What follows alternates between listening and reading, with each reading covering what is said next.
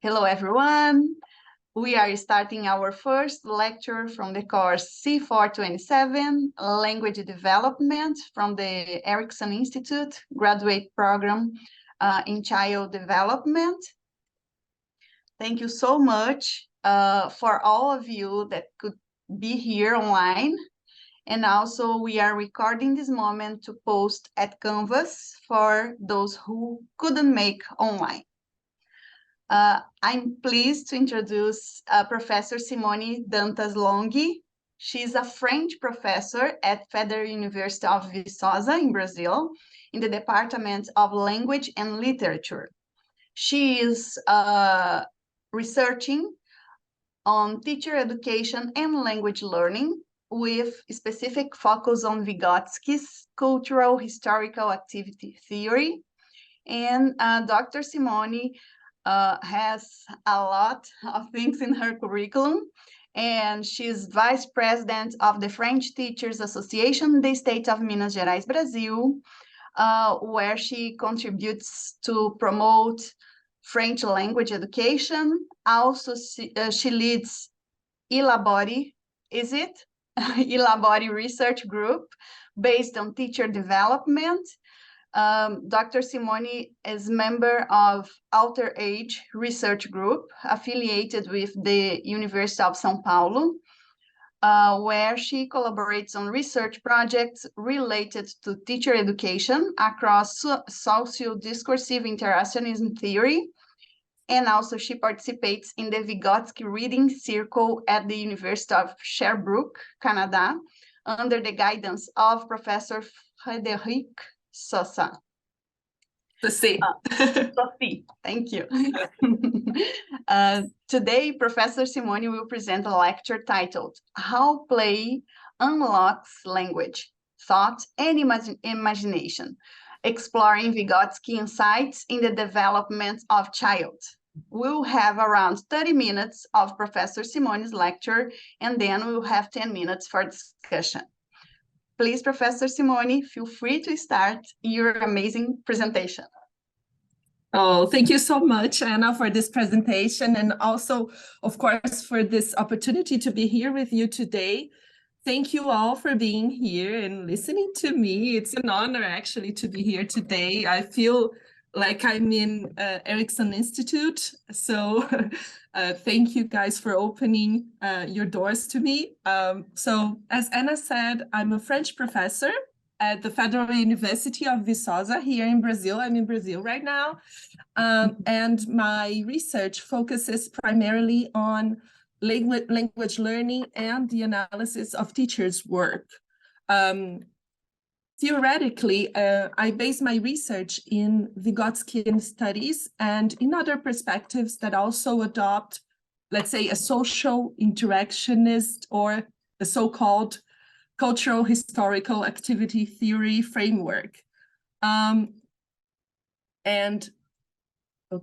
my lecture today, we will explore a seminal text about play by Vygotsky that is called Play and Its Role for the Mental Development of the Child, which can be easily found online. Perhaps I'll paste a link in the comments after the presentation. And I'm going to be speaking about a few concepts that can be found in this text by Vygotsky and try to link them to a few other concepts that come from other Vygotsky's texts in order to explore the connections between play and imagination, thought and language, especially from a literacy point of view. And the role of these experiences in the development of the child. Well, since we only have half an hour to do so, and I don't intend to bore you with a discussion that you may already know, I will also be showing a few practical examples using my own child. Well, I happen to be a mother of a 4-year-old girl, which gives me a very privileged standpoint to observe how child development unveils itself. And also, it's a great opportunity to me to observe some of the behaviors that Vygotsky mentions and described so well, right? So, well, of course, I'm not studying my own daughter. So it's nothing very systematic. It's just a few observations, and it's just to illustrate my point of view here. And since I'll be showing you a few photos or videos of a young child, so I'll kindly ask you not to take any photographs of the screen in order to preserve the child's image, okay? Well, before getting started, I must tell you that I have two difficulties today. Of course, you're very polite and elegant, but you might have noticed that English is not my first language. It's actually my third language. I'm Brazilian. I speak Brazilian Portuguese as a mother tongue, and I teach French at the university. So perhaps I'll make some poor grammar choices here, or I'll create a few weird sentences. So if anything I say sounds weird to you, please don't hesitate on asking questions if I'm not very clear. And secondly, I'm not a preschool teacher. So I don't work directly with small children. And I know that many of you actually do work with children and small children. So I consider that today you're the specialists here at least in the practical terms of how children education works. But I hope that some of this lecture will be useful to you, perhaps showing you a new point of view about what happens in your classroom, or giving you a theoretical background for practices that you already adopt in your work. And of course, I also hope that I can count on your observations about children development. So please don't hesitate to use the comment section to post your points of view, your opinions, share your experiences, and of course, ask questions to me or anyone in the audience, okay? This way we can have a more interactive lecture. So let's get started. Do you already know Vygotsky's work? Do you know Vygotsky? So I put here a photograph of him. As I told you, today I'll be speaking about child development using a cultural historical activity theory framework, and I'll be inspiring my thoughts, especially on Vygotsky's work, And I heard that Vygotsky's theories are very well known in America. Is it true? Yes, he's very studied.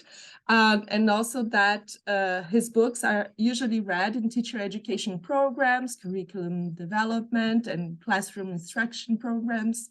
Is it true? Yes. So maybe you already know that Vygotsky was a Soviet psychologist, and he made a very significant contribution to the field of pedagogy. Actually, in his time, his studies were on two main fields that were called at the time pedology and defectology. I know those words sound quite weird today, right? Especially defectology, but it was how it was called at the time, right? Which was the studies of development and education of typical and atypical children, right? And his works were translated in many, many languages, and some authors consider that they were also misunderstood in many languages, because in fact, the first translations of Vygotsky's works, especially in English, were chopped parts of his writings, right? And here in Brazil, we had the same problem because the first translations that came to Brazil, the first translations in Brazilian Portuguese of his work came from the English translations. So it was like a second-hand translation of a text that was already a bit modified. So we had access to a partial vision of Vygotsky's work. So he was born in Belarus. There are several different ways of writing his name because, of course, it's written in Cyrillic alphabet.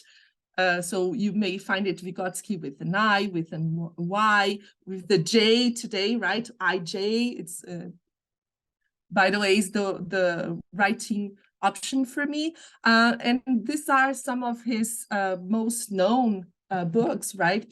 Psychology of Art, which was his thesis, educational psychology here in Brazil.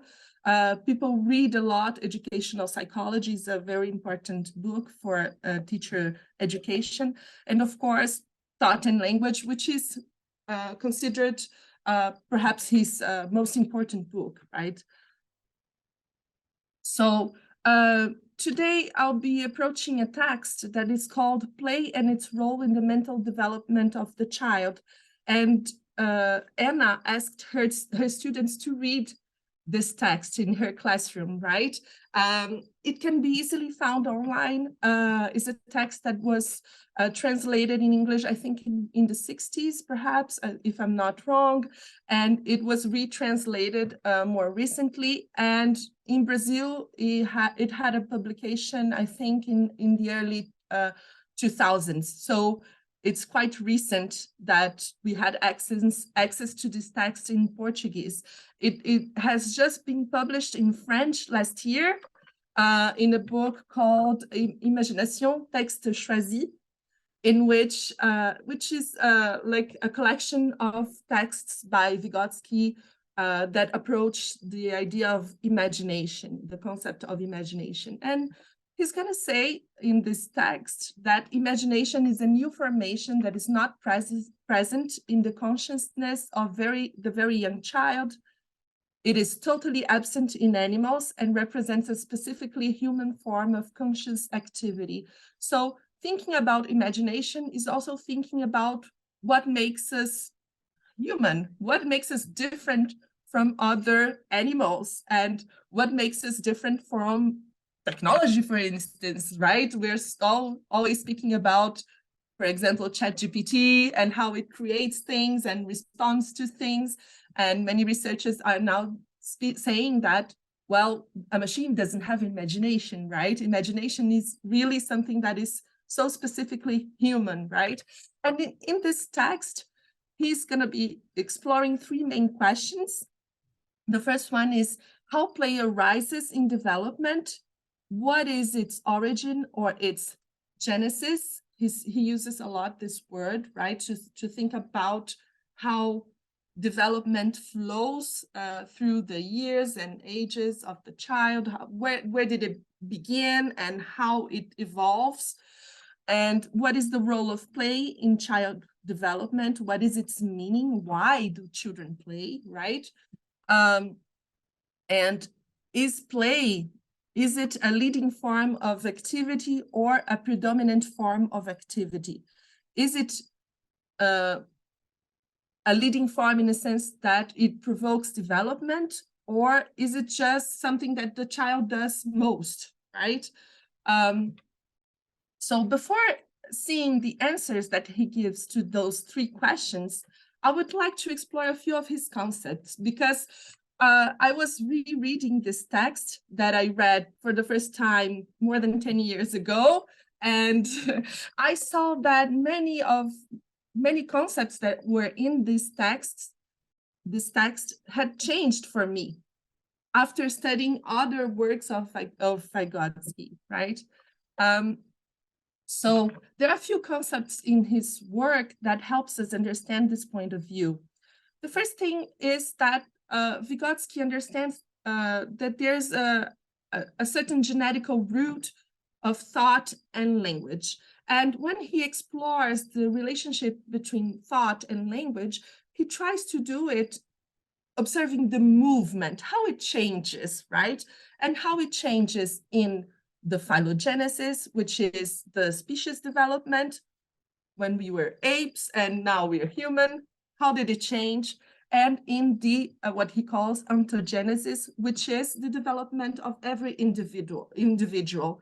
Of course, when we say individual, it makes it sound like we're separate beings, but of course he's observing the development of the child, especially considering that this child is part of a cultural setting, right? Where we live in societies, right? And when he analyzes the relationship between thought and language, what he says is that they appear, firstly, as two separate processes. There are two different phenomena that at a certain point in life, whether it is in the evolution of the species or in the evolution or development of a certain person, right? Those two things come together as one. Well, if we think about a very little child, a very small child, we're going to observe that this child has a certain linguistic manifestation and a certain thought manifestation.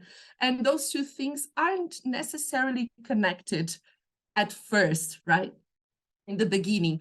A child may have several other different reactions to stimuli. They're not speaking things or saying things. For instance, they are hungry, they're going to cry, they're going to try to attach to a mother's breast, or, you know, they show emotion and they show will and desire in several different ways, right? But at a certain point, they start speaking. They start speaking and they start saying very funny things and very interesting things about what's going on with their minds, right? The same thing with language. At first, a child is kind of playing with words, babbling and doing noises and understanding their vocal systems. Perhaps, Anna, afterwards, it would be interesting to know how it goes on for a deaf child, right? That is not, perhaps, I don't know if it's producing sound, or if this child is trying to communicate in sign language already, you know. But anyways, there's a first manifestation of language that is not that connected to thought, right? And as I said, in a certain point, those two things go together, they're associated. And there's another very important thing to Vygotsky's thoughts, that is that language, especially language, but not only language, every superior function of the mind of a child, it comes from the cultural setting, the environment, you know.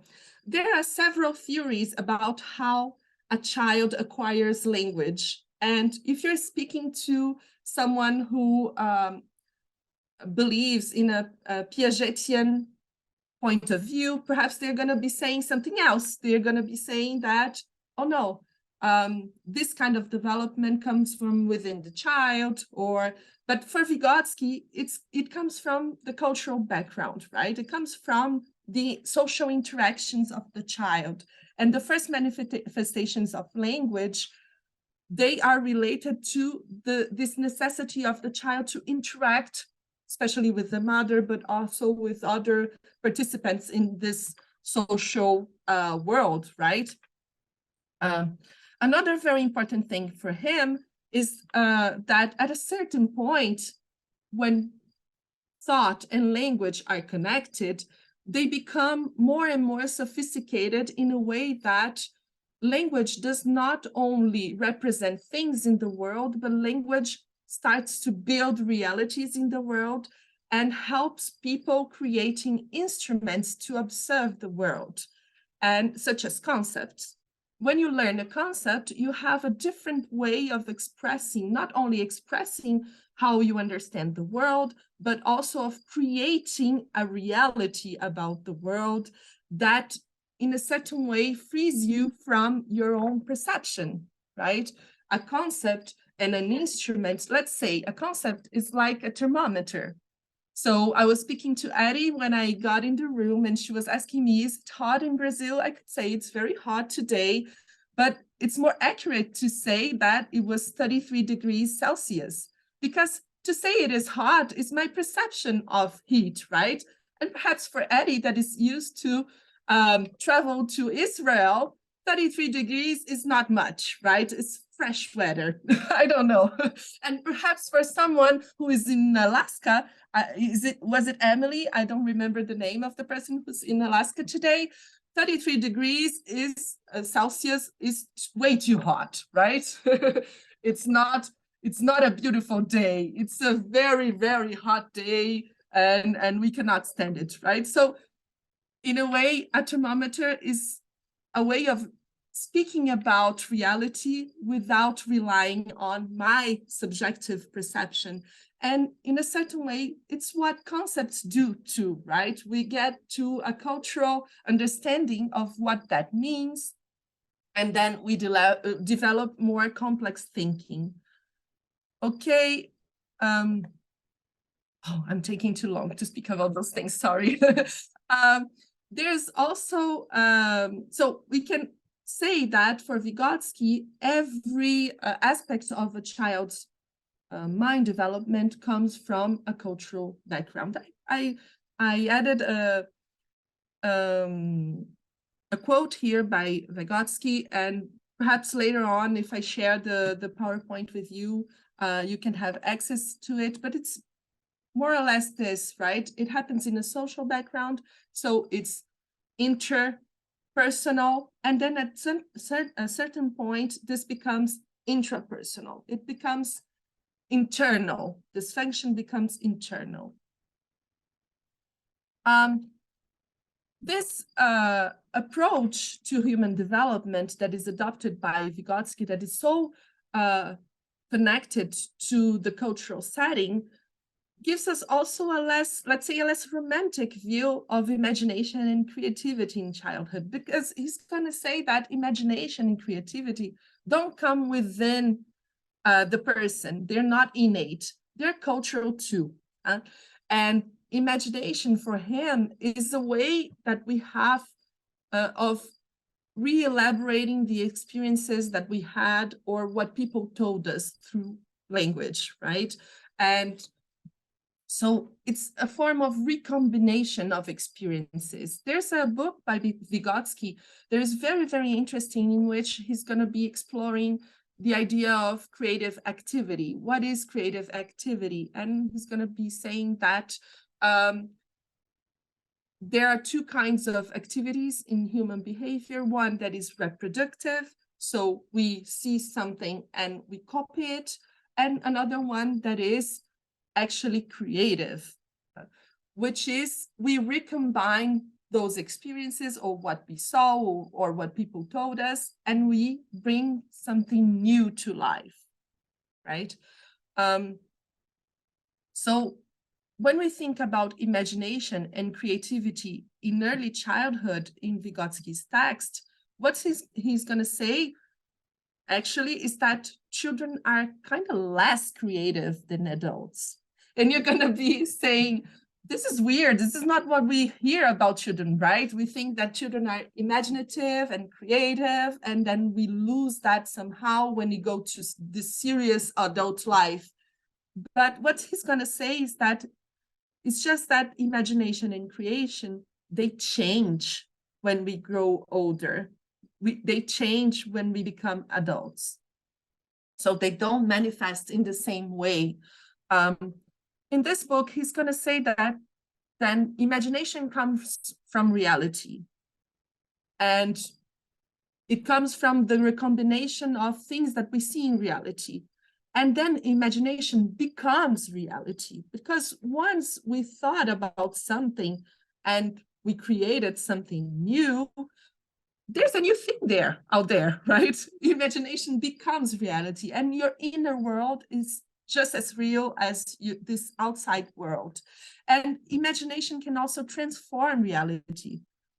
And this is beautiful in this text, because what he's saying is that, and he's thinking also about education. What he's actually saying is that education is supposed to bring to the child the instruments to guide this child towards a more creative action and the transformation, the changes that we need to see in the world, right? If we were only reproducing what already exists, the world wouldn't change. We wouldn't solve those many, many problems that we need to solve by educating people, right? And so he's speaking about imagination and its role, not only in art creation, which is the first association that we do, but also in technical creation and scientific creation. Imagination is a key, for instance, for developing concepts, for abstraction, for intellectual life, right?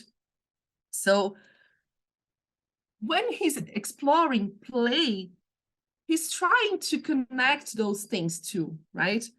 Because we see this manifestation, this activity that the child does, is play as an activity a leading form? Is it a leading form of activity for the child's development or a predominant form of activity? And what he says is that play is not predominant. Children do all kinds of activities in their daily basis, but he says that it is the leading line of development in the preschool years, especially in the preschool years, which would be around 2.5, 3 years old until 5 years old, 6 years old. Okay, it depends on the child. He's not strict with this idea of age. It's less about age and more about how the child develops, right? And he's also going to be answering the second question. What is the role of play in child development? What is its meaning? So to answer this question, he examines the child's needs and motives to act. He says it is important to understand why. Why does a child play? What lead a child to play? And he's going to be saying that play is a means to experience unrealizable tendencies and immediately unrealizable, I don't know if it's pronounced like that, I'm sorry, desires of the child. So he's saying that when we are speaking about smaller children, younger children until 3 years old, around 3 years old, you have already seen this, they throw tantrums, right? When their desires aren't met immediately. And at a certain age, they try to use new forms of activities that can mediate the relationship with what they desire. So he's going to say that play in a certain way allows the child to experience what they cannot yet experience. I'm going to be giving you an example. And he says that while playing, children, they behave like as if they were above their average age and as if they were free also. Of course, he says many other things, but I'm trying to be concise here. And he's going to be saying that it's so important that it is at this age group for preschoolers, the source of development, and it creates the zone of proximal development. Perhaps you've heard of this concept, right? So action in this imaginative field, in an imaginary situation, is a way for the child to try to live that experience that they desire so much and learn from it. And that's why he says that it's the highest level of preschool development, and we should encourage play in an early childhood or for preschoolers. And here I want to give you an example. I told you I would be showing images from my own daughter. This is her name is Flora. Here she's 2 years old. And she's riding a horse for the first time. You're going to be saying she's crazy. She did put a 2-year-old, to ride a horse. Of course, there are adults everywhere. They're taking care of her. But she had the feeling of riding a horse for the first time, a real one, a real horse that is called Samba, a friend's horse.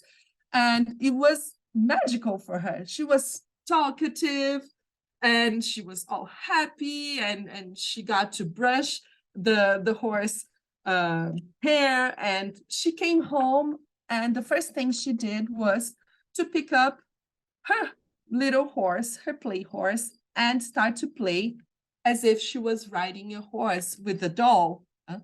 Except that in real life, of course, there are adults, and she's just standing still and trying not to fall, and people are helping her out.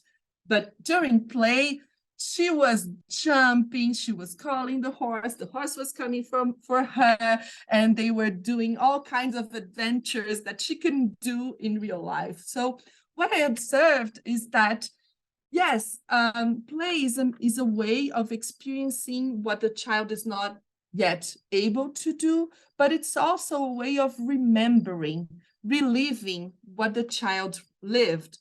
Does not appear as such in the Vygotsky's text, But I wanted to add this because it's something that I observe a lot with my child. Perhaps you see that with children at school too. They live an interesting experience and then they want to play about it too. They want to do it many, many times again, over and over. And of course, they express magnificent feelings while doing that. Like, for instance, she was really mad that she called the horse didn't come, and, oh, come on, Samba. Come, I want to ride you, and things like that, and happy feelings and sad feelings. And while she's exploring those sad feelings, even those sad feelings, like she fell off the horse, she's also experiencing a huge pleasure. And one important thing is that for Vygotsky, every kind of play activity is guided by a role. It doesn't matter if it's a free play, it's guided by a rule. And here, in this kind of imaginary situation, the rule is she rides a horse. What do you do when you ride a horse? What can happen to you when you ride a horse? You can fall, or you can, I don't know, go for a ride on the mountains, or perhaps your horse gains wings and you're going to be flying. So she's exploring the rules of what it is to ride a horse. When a child plays, for instance, cleaning the house, the rule is to do a good job as a cleaner. When they're playing dolls and they want to be the mommy, so the rule is to try to be a good mom, or a real mom, you know, a mom that punishes sometimes, that makes the child cry, but then that hugs the child and things like that. So that is the rule, right? But of course, play evolves, play develops as the child grows. So the 10th question that Vygotsky is asking himself is, how play arises in development? What is its origin or its genesis? So, as I told you, play has a purpose for the child, and every form of play has its rules. And of course, in the early childhood and in this transitional age between being a toddler or a very small child and a preschooler, the imaginary situation dictates the rule. And it's a less restrictive rule. There's a certain freedom in it. And as the child grows older, we see a predominance of less imaginative and more restricted forms of play, such as games and competitions, you know, chess or board games or things like that. What he's saying is that there's a way that leads the child to do those more ruled activities, and he's going to say that those activities last longer. They could go to their teenage years or even adulthood. And he's also going to say that this development that occurs during preschool and then in school years, they also prepare the child for other kinds of ruled activities, such as schoolwork itself, you know, or work for an adult life. It's funny, right? Because many social scientists, when they define play, they define it by saying that it's the opposite of serious. It's the opposite of work. And what Vygotsky is saying is that in a certain way, work is the development of play. Those things are not opposed. They're connected throughout human development. And also he's saying that in a certain way, play in the childhood, it's also internalized. So the imagination that happens in the preschool years and manifests itself throughout play, when you go to the adolescent years, what you're going to see is that this imagination is going to be presenting itself in other forms, such as writing your diary, creating poems, or reading literature, other forms of working your imagination, but they are more internalized. They're not so external as play is for small children. So, Anna, how much time do I have? Not much. Can I have 5 more minutes? Is it time? Yeah. I just wanted to show you a few examples. So these are a few of my own questions. Does imagination manifest itself in preschoolers in any form other than play? And what is the meaning of this imaginary activity in the mental development of the child? So here I'm showing you an example, which is drawing arts. Of course, it's a way of manifesting imagination for young children, but there are also imaginary friends. And there's a certain particular form that I find particularly interesting, which is literature. I'm sorry, I'm a French professor. I teach language. I'm really interested in language. And I think literature is really, really important for small children, for us all, actually, right? And this is because literacy starts, what we say in linguistics is that literacy starts way before reading. And here I posted, I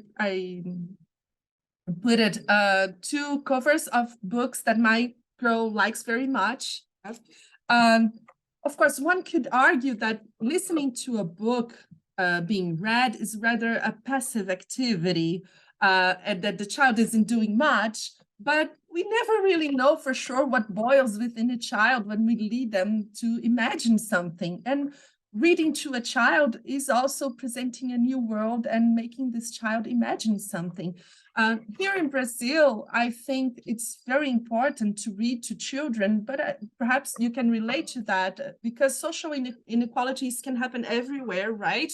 And reading at school is really, really important. A Brazilian read an average of 4 books a year. I can find research on reading habits in America, but yeah, of course, family background and socioeconomic status plays a major role in the child's familiarity to reading and literate world. So I think it's a matter of social justice to read and to present literate world to a child.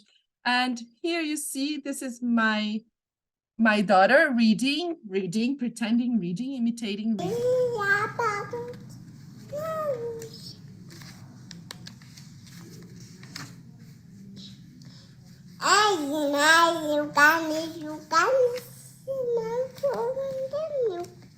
Did you understand what she said? Me neither. I don't understand either, because actually what she's saying, what she's doing, she's imitating the movement, right? The social aspect, the visible social aspect of reading. She's like turning the pages and doing this intonation,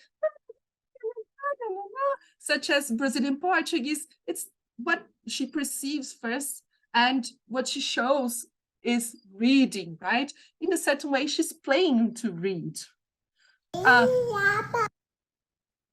Later on, she had other experiences with literature, and this is a book she loves very much. It's about a girl that rides a bus for the first time, and this is her reading this book. Of course, she doesn't know how to read, and here she's 2 years, 8 months old.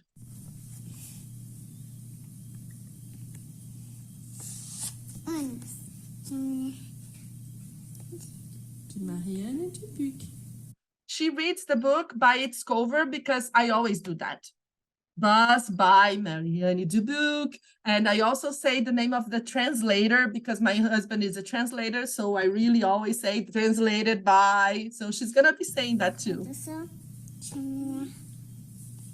Tradução de Maria Viana. Pela editora Jujuba.